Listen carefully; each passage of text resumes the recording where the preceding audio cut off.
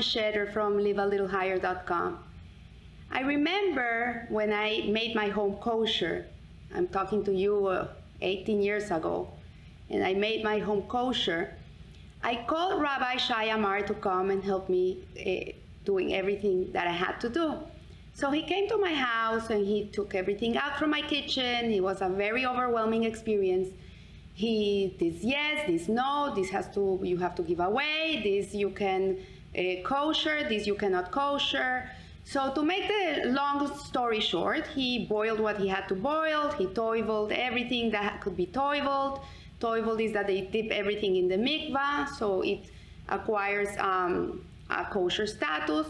And when he came back, everything was in boxes. It was 12 o'clock at night, and I was very tired to open the boxes, so I waited till the next day. And when I opened the boxes and I realized all my silverware in Colombia, they give you a lot of silverware for your wedding because there was nothing 31 years ago to give a bride except silverware. All the silverware had tarnished. Everything was red and yellow and black. And I started crying like you can't imagine. I thought it had been ruined. Then my mother said, no, go buy an anti-tarnish and clean it up and you'll see it's gonna be like brand new, don't worry. But it took me hours and days of cleaning this tarnish off this silverware. And this reminds me of a story of Malachi, in which it says, he will sit as a refiner and purifier of silver.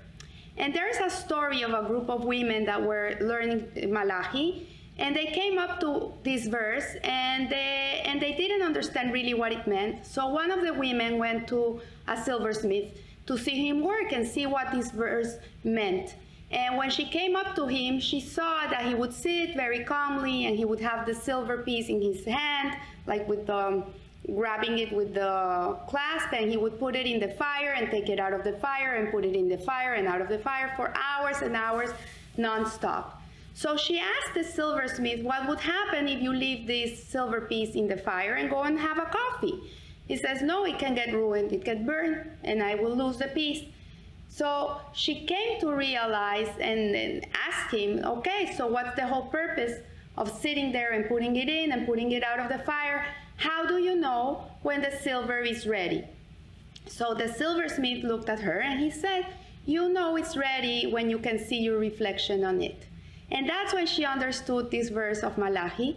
And that's what I understood when I was cleaning that silverware. I really felt I was taking off all that tarnish that was on that silverware. It was just a reflection of the tarnish I had accumulated in my life by not keeping the Torah and the mitzvot. I accumulated tarnish, and by cleaning it and cleaning it and cleaning it, I was able to get rid of my tarnish, and then I could see my reflection.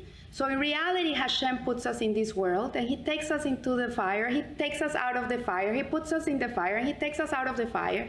But all the time, He's holding us. He will never let go of us. And He knows we're ready when He can see His image in us. That's the whole purpose. So I leave you here, and remember, live a little higher. Thank you.